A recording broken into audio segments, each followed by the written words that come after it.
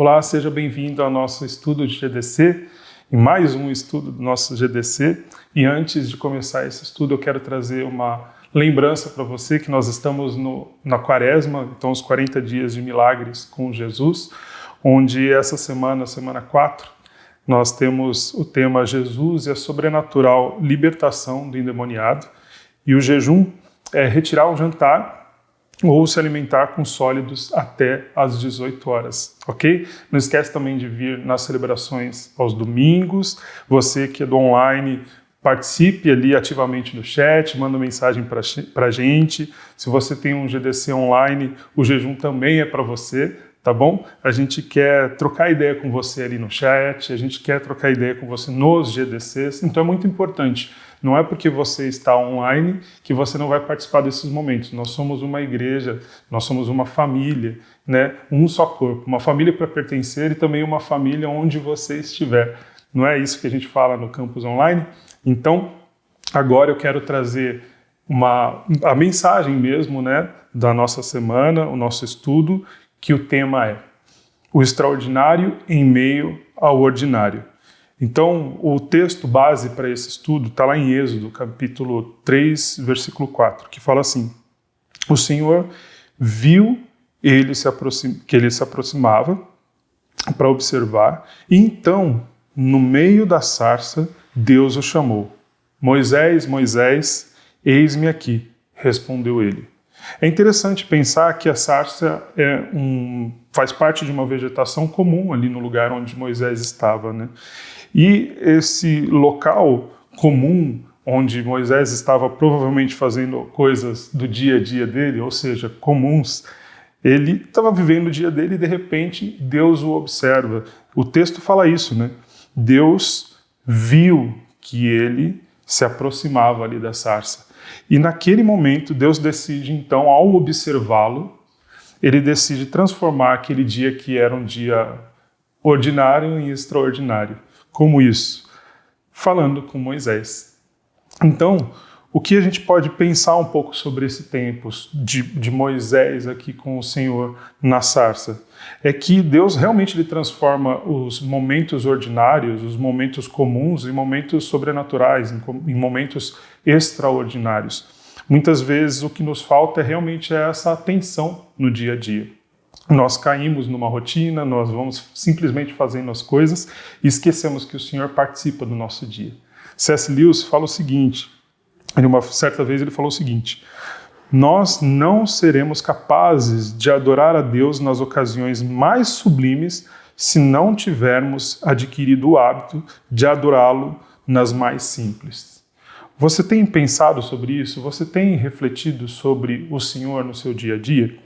A gente vai falar um pouco aqui sobre como transformar, né, como viver o extraordinário em dias comuns, mas eu já gostaria de deixar essa pergunta para você ir matutando aí. Como você tem vivido esses seus dias, esses dias que o Senhor te deu? Né? Porque durante nossa vida toda, a gente tem muito mais dias comuns do que dias super extraordinários, né?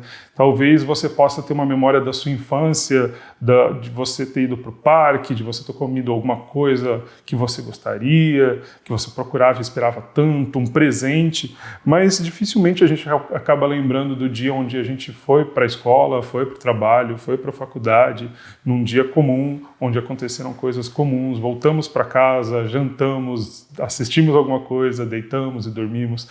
Esse dia parece que passa desapercebido. Mas quando nós pensamos que o Senhor está conosco em todos os momentos, nós vemos que há a possibilidade desse dia comum se transformar em extraordinário. Então como?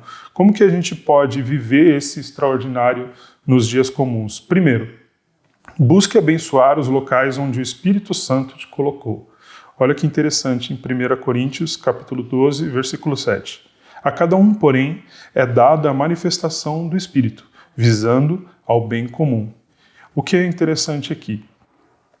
O Senhor ele não nos chama simplesmente para ser agradável no ambiente. Ele nos chama para realmente transformar o ambiente. A partir do momento em que nós entregamos a nossa vida para Jesus, nós temos uma nova vida, nós somos uma nova pessoa, nós aprendemos a caminhar com Ele ali dia após dia. Mas não é só sobre nós, é sobre onde nós estamos também. Por quê? Porque não há nada que a presença do Senhor não possa transformar. E uma vez que nós aceitamos o Espírito Santo dentro de nós, a viver conosco, a viver em nós, o ambiente onde nós vivemos, ele também precisa ser transformado. Então, busque abençoar os locais onde o Espírito Santo te colocou. Se todas as coisas colaboram para o bem daqueles que o amam, então a gente precisa olhar um pouco melhor para o ambiente onde nós estamos, onde o Senhor permite que nós estejamos, e pensar realmente, o que eu posso fazer para melhorar aqui? Uma vez que o Senhor, o Deus, aquele Criador de todo o universo, que deseja curar, deseja salvar, deseja restaurar, ele deseja também se manifestar através da nossa vida. Então nós podemos olhar para o nosso dia a dia, mesmo em momentos difíceis, entendendo que o Senhor, ele tem algo preparado para aquilo. Ele tem algo separado para aquele momento. Então, vamos para uma pergunta aqui, que eu gostaria que vocês pensassem sobre isso, que é: você tem permitido que o Senhor comece o dia com você ou tem parado para falar com Ele no meio da correria do dia a dia? Você tem consciência de quando você acorda, correndo ou não, sem tempo ou com tempo, Ele já está com você? E Ele está pronto para te ouvir? Você está pronto para falar com Ele? Às vezes no dia a dia, enquanto a gente está correndo, a gente esquece. E lembra ali quando está no sufoco. Mas Ele também gosta de se relacionar conosco naquele momento onde simplesmente estamos tomando café e nenhum problema aconteceu. Ninguém ligou falando que deu problema no trabalho, nenhuma criança entrou na sala gritando porque o outro puxou o cabelo. Não teve problemas. Nesses momentos onde nós temos paz, nós temos a presença do Senhor. Por que não transformar esse momento comum e extraordinário, chamando Ele para participar? Entendendo, tendo essa consciência, né? Então, outra coisa, né? O segundo ponto aqui. Para viver o extraordinário nos dias comuns, 2. Tenha certeza do suprimento de Deus. Olha lá o que está escrito em Filipenses 4,19. O meu Deus suprirá todas as necessidades de vocês, de acordo com as suas gloriosas riquezas em Cristo Jesus. O que o texto diz aqui é que Ele supre as nossas necessidades não com base no que nós precisamos, mas com base nas riquezas dEle. Então Ele primeiro tem consciência do que nós precisamos, Ele tem consciência total do que nós necessitamos. Mas mais do que isso, Ele nos supre de uma forma abundante. Eu não sei se já aconteceu com você, mas já aconteceu comigo. Toda vez que eu olho para aquilo que eu desejava muito, e eu sabia que era algo que agradava a Deus, eu olho para isso no momento ali da necessidade e penso, por favor, Senhor, eu preciso tanto disso. Mas depois que passa da situação, depois que a gente passa pelo pedido e depois o receber, a gente olha para trás e vê que Ele sempre entrega muito mais do que a gente imaginava. Ele sempre, quando buscamos uma família, Ele nos dá a melhor família. Quando nós buscamos e oramos por um emprego, Ele nos dá o melhor emprego. Então, nos momentos onde nós ficamos tristes porque não conseguimos aquele emprego, de repente, que a gente queria tanto, às vezes nos falta consciência de que o Senhor está preparando algo realmente bem melhor para nós. Então, a gente não pode esquecer de que Ele é dono de toda a riqueza. Ele é o Criador de todas as coisas, onipotente, onipresente, e Ele quer nos dar o melhor para que a gente possa viver o nosso propósito, para que a gente possa viver da forma que Ele nos fez para viver. É muito mais do que o que nós queremos, porque a partir do momento que nós nos entregamos para Ele, Ele nos dá a oportunidade de viver uma vida nova. E Ele nos dá também a oportunidade de não se preocupar com o amanhã. Ele diz isso na palavra dele. Que a gente não se preocupe, porque Ele supre as nossas necessidades. Então a pergunta é, qual é a área da sua vida que você ainda não confia totalmente em Deus ou que você não confia que Ele pode mudar? Porque isso acontece, né? Às vezes a gente já entregou nossas emoções, a gente já entregou nosso trabalho, mas a gente ainda não entregou um relacionamento. uma amizade que não faz bem.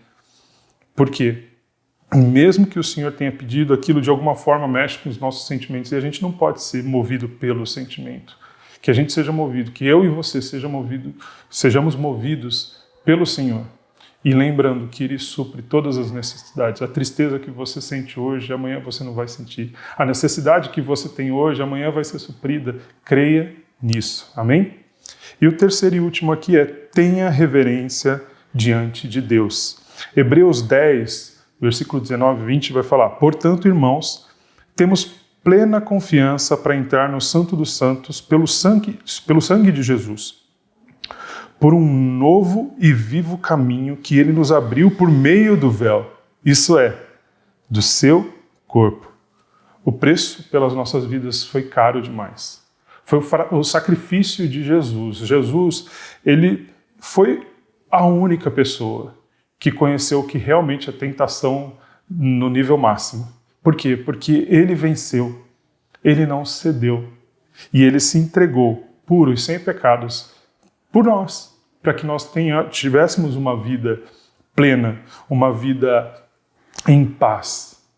Nós temos tribulações e Ele também já disse sobre isso, que nós teríamos tribulações nesse mundo, não na eternidade.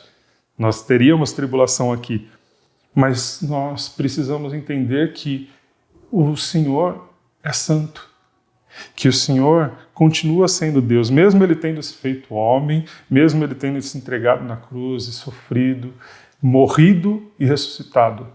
Ele é santo. Então nós precisamos realmente valorizar esse tempo com Ele, valorizar a palavra dEle, valorizar as promessas dEle, valorizar a vida que Ele nos deu. Porque muitas vezes nós nos entregamos para Ele, mas ainda não conseguimos valorizar aquele que nós somos nele. Ele morreu, e foi um alto preço por isso, para que nós tivéssemos uma vida plena. Então, por que não buscar essa vida plena? E também vivendo em reverência ao Senhor, né?